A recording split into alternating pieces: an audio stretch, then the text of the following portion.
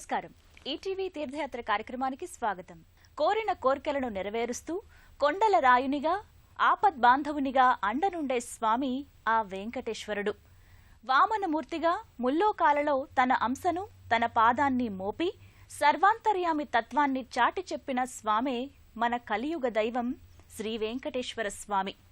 ఆ స్వామికి నిర్మించిన ఓ దివ్య దేవాలయాన్ని ఈనాటి మన తీర్థయాత్ర కార్యక్రమంలో తిలకిద్దాం.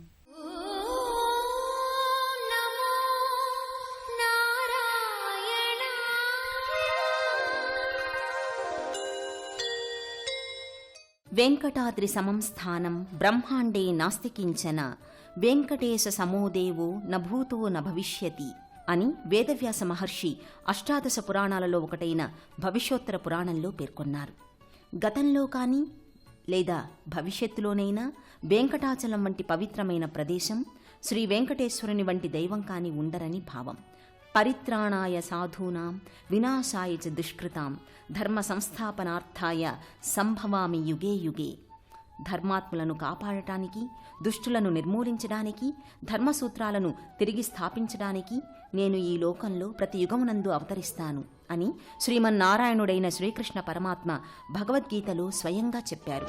ఆ విధంగానే త్రేతాయుగంలో శ్రీరామునిగా, ద్వాపరలో శ్రీకృష్ణునిగా అవతారాలను దాల్చి ధర్మాన్ని సంరక్షించారు. అదేవిధంగా కలియుగంలో కలిబాధలను బాపుటకు, ధర్మ సంస్థాపన చేయుటకు, భూభారాన్ని తగ్గించడానికై ఆ శ్రీ మహావిష్ణువు శ్రీ వెంకటేశ్వరునిగా తిరుమలలో 7 కొండలపై వెలసి కలియుగ దైవంగా అలరారుతున్నారు. భక్త సులభుడు, కష్ట నివారకుడు, ఆపద మొక్కులవాడైన శ్రీనివాసుడు తన భక్తులకు చేరువగా ఉండడానికి, వారికి అభయమొసంగే అనాథ రక్షకుడై అనేక చోట్ల తన ఉనికిని ప్రదర్శించిన ఆ స్వామి ఆలయాలు అనేకం.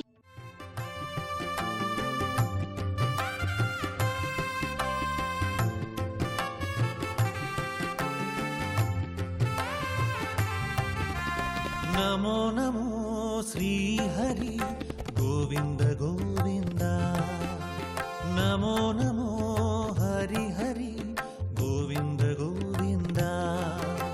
శ్రీనివాస పాహి మాం, శ్రీ వెంకటేశ రక్ష మాం, తిరుమలేశ పాహి మాం, శ్రీ వెంకటేశ రక్ష మాం. కృష్ణా జిల్లా డోకిపర్రులో వేంచేసిన శ్రీ వెంకటేశ్వర స్వామివారి సన్నిధిలో గల కోనేరు ఎంతో ప్రత్యేకంగా గోచరిస్తుంది.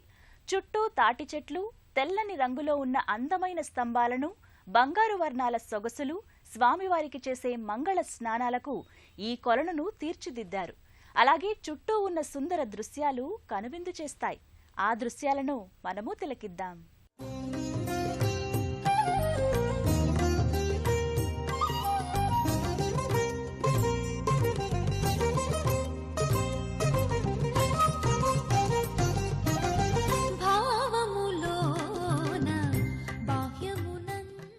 అటువంటి శ్రీ వెంకటేశ్వర స్వామి వారి ఆలయం కృష్ణా జిల్లా గుడ్లవల్లేరు మండలం డోకిపర్రు గ్రామంలో శ్రీ భూ సమేత శ్రీ వెంకటేశ్వర స్వామి ఆలయంగా నెలకొనబడింది. స్వామివారు శ్రీదేవి భూదేవి సమేతుడిగా ఈ ఆలయంలో కొలువు తీరి భక్తులచే పూజలందుకుంటున్నారు.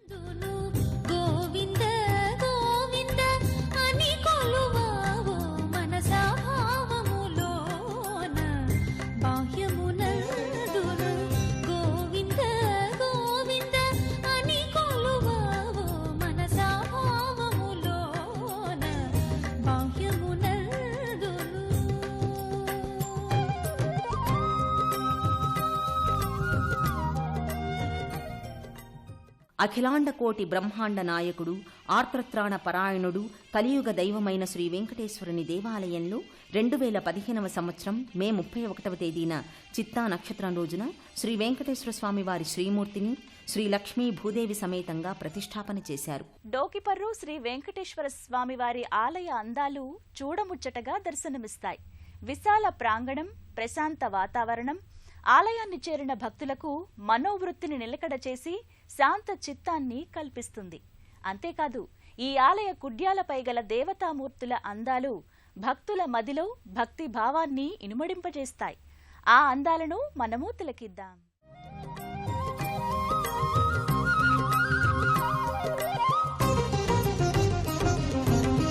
హరి అవతారములే అఖిల దేవతలు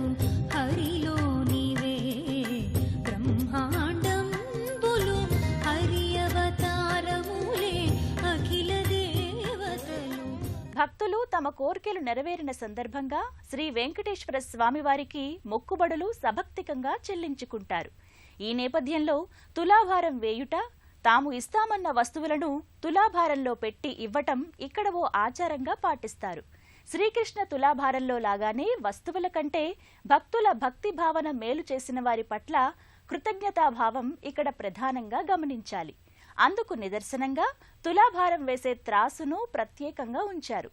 స్వామివారికి కళ్యాణం జరిపించి పూల పల్లకీలో ఆలయం చుట్టూ ఊరేగింపు వేడుకను ఎంతో ఘనంగా జరుపుతారు.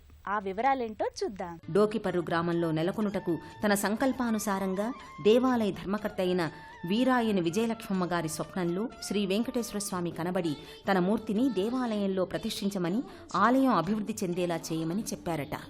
స్వామివారి ఆజ్ఞానుసారంగా 2015వ సంవత్సరం మే 31వ తేదీన శ్రీ వెంకటేశ్వర స్వామి అమ్మవార్ల ప్రతిష్టాపన మహోత్సవం అంగరంగ వైభవంగా జరిగింది. గోవింద అని ఒక్కసారి భక్తితో తనను అర్థిస్తే 7 జన్మలు వారికి తోడై ఉంటానని చెప్పిన ఆ పురాణ పురుషుడు భక్తులచే ఎన్నో సేవలందుకుంటున్నాడు.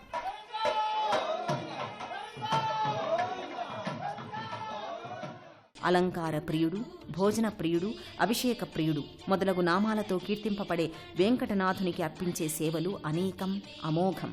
శ్రీ భూ సమేత శ్రీ వెంకటేశ్వరునికి సంప్రదాయకరమైన పూజలు, ఉత్సవాలు ఎన్నో ఇక్కడ జరిపిస్తారు. తిరుమలలో జరిగే సేవలైన నిత్యాభిషేకం, నిత్య కళ్యాణం, మాసాభిషేకం, మాసోత్సవాలు, అష్టోత్తర పూజలు, తోమాల సేవ, ఏకాంత సేవ మొదలగు సేవలను ఇక్కడి ఆలయంలో ఎంతో భక్తి శ్రద్ధలతో నిర్వహిస్తారు. కళ్యాణకారకుడైన శ్రీనివాసుడు ఎల్లప్పుడూ నిత్య కళ్యాణం పచ్చతోరణంగా డోకిపర్రు ఆలయంలో విరాజిల్లుతున్నాడు. ఆలయంలో మాస కళ్యాణ ఉత్సవం ప్రతి మాసంలో వచ్చే చివరి ఆదివారం రోజున జరుగుతుంది. ఈ కళ్యాణంలో భక్తులు ఎక్కువ సంఖ్యలో పాల్గొంటారు. స్వామి కళ్యాణం జరిపిస్తే అన్యోన్య దాంపత్యం, వంశాభివృద్ధి, ధన, వస్తు, వాహనాభివృద్ధి కలుగుతాయని, సంకటాలు తొలగుతాయని పెద్దలు, దైవజ్ఞులు చెప్తారు. వివాహం కానివారు స్వామివారి కళ్యాణంలో పాల్గొని ఆ తలంబ్రాల అక్షతలు తలపై ధరిస్తే శీఘ్రంగా వివాహం జరుగుతుందని భక్తుల ప్రగాఢ విశ్వాసం. కమల నేత్రుడు అనగా కమల పుష్పం వంటి కన్నులు కలిగిన ఆ స్వామికి ప్రతి మంగళవారం స్వర్ణ పుష్పాలతో అర్చన జరుగుతుంది. సంగీత ప్రియుడైన వెంకటేశ్వరునికి ప్రతి గురువారం గోదాదేవి రచించిన పద్యాలతో తిరుప్పావై సేవ జరిపిస్తారు. స్వామివారి తిరుప్పావై సేవలో వివాహం కాని యువతులు పాల్గొంటే వారికి శీఘ్రంగా వివాహం జరిగి మంచి భర్తను పొందుతారని ప్రతీతి. ఈ ఆలయంలో ప్రతి శుక్రవారం లక్ష్మీదేవి, భూదేవి సమేతుడైన శ్రీనివాసునికి శ్రీసూక్తంతో విశేషమైన అభిషేకం జరుగుతుంది. స్వామివారిపై నుండి జాలువారిన ఆ అభిషేక జలాన్ని స్వీకరించి పునీతులై సమస్త దోషాల నుండి, పీడల నుండి, గ్రహబాధల నుండి ఉపశమనం పొందేందుకు భక్తులు వందల సంఖ్యలో బారులు తీరుతారు. శ్రీదేవి భూదేవి సమేత శ్రీ వెంకటేశ్వర స్వామివారి ఆలయ దర్శన వేళలు, పూజా కైంకర్య విశేషాలు, ప్రత్యేక పూజల వివరాలు, ఈ ఆలయాన్ని చేరుకునే మార్గాలను ఇప్పుడు చూద్దాం. అలంకార ప్రియుడైన శ్రీనివాసునికి ప్రీతికరమైన శనివారం రోజున క్రమం తప్పకుండా పుష్పాలంకార సేవా కైంకర్యం జరుగుతుంది. పుష్పాలతో అలంకరించిన స్వామిని చూడడానికి 2 కళ్ళు చాలవు. కలియుగ దైవమైన వెంకటనాథుని కరుణ అపారం. ఎంతటి తప్పు చేసిన వారైనా సరే స్వామి పాదాలను ఆశ్రయించి తమ తప్పుల్ని క్షమించమని వేడుకుంటే చాలు, క్షమించి వారిని సన్మార్గంలోకి నడిపిస్తారు. ఆడంబరాలలో చేసే పూజల కంటే భక్తికే వసుడైన ఆ భక్తవత్సలుడు వెంకటేశ్వరుడు కరిగిపోతాడు. భక్తితో ఒక్క తులసిమాలను సమర్పిస్తే చాలు, వారిని కాపాడతాడు. స్వామివారికి జరిగే పల్లకీ సేవలో పాల్గొనేందుకు భక్తులు అత్యంత ఉత్సాహంగా అధికంగా వస్తారు. ఆ స్వామి పల్లకీ భారాన్ని మోస్తే మన జీవితంలో ఎదుర్కొనే భారాలన్నింటినీ ఆ స్వామి స్వయంగా మోస్తాడని అనాదిగా వస్తున్న ప్రగాఢ విశ్వాసం. స్వామివారికి జరిగే విశేష పూజల రోజున ఆలయానికి వచ్చిన భక్తులందరికీ అన్నదానం జరుగుతుంది. ప్రతిరోజు స్వామివారికి ప్రీతికరమైన లడ్డూ, పొంగలి, పులిహోర మొదలైన మధుర పదార్థాలతో మహానైవేద్యాన్ని స్వామికి అర్పిస్తారు. ఆలయ ప్రాంగణంలో మహాగణపతి, లక్ష్మీనారాయణులు మరియు రామానుజుల వారి ఆలయం లాంటి ఉపాలయాలు కూడా దర్శనమిస్తాయి. ప్రతి బుధవారం రోజున ఇక్కడ గణపతికి విశేష అభిషేకం, గరిక పూజ మొదలైనవి జరుగుతాయి. ప్రతిరోజు శ్రీ లక్ష్మీనారాయణులకు ఆలయంలో అష్టోత్తర పూజలు, సహస్రనామార్చనలు, మరెన్నో పూజా కైంకర్యాలు జరుపుతారు. భక్తులు ఆ పూజల్లో పాల్గొని శ్రీ లక్ష్మీనారాయణుల కటాక్షాలను పొందుతారు. వైష్ణవ సంప్రదాయ గురువుగా శ్రీనివాసుని పాదదాసుడిగా నిలిచిన రామానుజుల వారి ఆలయం కూడా ఇక్కడి ఆలయ ప్రాంగణంలో ఎంతో విశేషంగా కనిపిస్తుంది. ఎంతో దివ్యమైనది, మహిమాన్వితమైనదైన శ్రీ భూ సమేత శ్రీ వెంకటేశ్వరుని ఆలయానికి చేరుకునేందుకు రైలు, రోడ్డు మార్గాలున్నాయి. రైలు మార్గంలో చేరుకోవాలనుకునేవారు కౌటారం రైల్వే స్టేషన్ చేరుకోవాలి. అక్కడి నుండి 5 కిలోమీటర్లు ప్రయాణిస్తే ఆలయాన్ని చేరుకోవచ్చు. అదేవిధంగా రోడ్డు మార్గాన్ని ఎంచుకోవాలనుకునేవారు బస్సులో గుడివాడ టౌన్ చేరుకొని అక్కడి నుండి 19 కిలోమీటర్ల దూరం ప్రయాణిస్తే ఆలయాన్ని చేరుకోవచ్చు. భక్తులకు అభయమిచ్చి వారి కష్టాలను తీరుస్తూ వారికి ఆపద్బాంధవుడిగా కొలువు తీరి భక్తుల పాలిట కొంగు బంగారమై డోకిపర్రు గ్రామంలో కొలువు తీరిన శ్రీ భూ సమేత శ్రీ వెంకటేశ్వర స్వామి వారి ఆలయాన్ని దర్శించాం. ఆ స్వామి కరుణ, అండదండలు, ఆశీస్సులు మనందరిపై ఎల్లవేళలా ఉండాలని మనసారా ప్రార్థిస్తూ మరో తీర్థయాత్ర కార్యక్రమంలో మళ్లీ కలుసుకుందాం. సర్వే జనా సుఖినో భవంతు. ఓం శాంతి శాంతి శాంతి.